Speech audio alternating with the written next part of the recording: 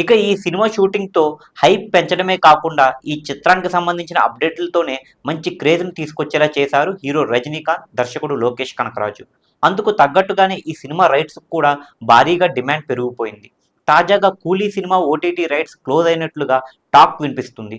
Pan India లెవెల్‌లో విడుదల కాబోతున్న ఈ సినిమా ఓటీటీ రైట్స్‌ని ప్రముఖ ఓటీటీ నిర్మాణ సంస్థల్లో ఒకటైన అమెజాన్ ప్రైమ్ ₹120,00,00,000 సైతం కొనుగోలు చేసినట్లు వార్తలు వినిపిస్తున్నాయి.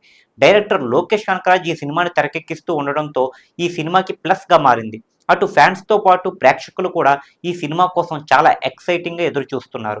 ముఖ్యంగా ఓటీటీ హక్కుల విషయంలో ఇలాంటి స్థాయిలో క్రేజ్ సంపాదించడంతో ఇక ఈ సినిమా షూటింగ్ పూర్తయ్యే ట్రైలర్ విడుదలైతే ఎలా ఉంటుందో అంటూ అభిమానులు కమెంట్స్ చేస్తున్నారు.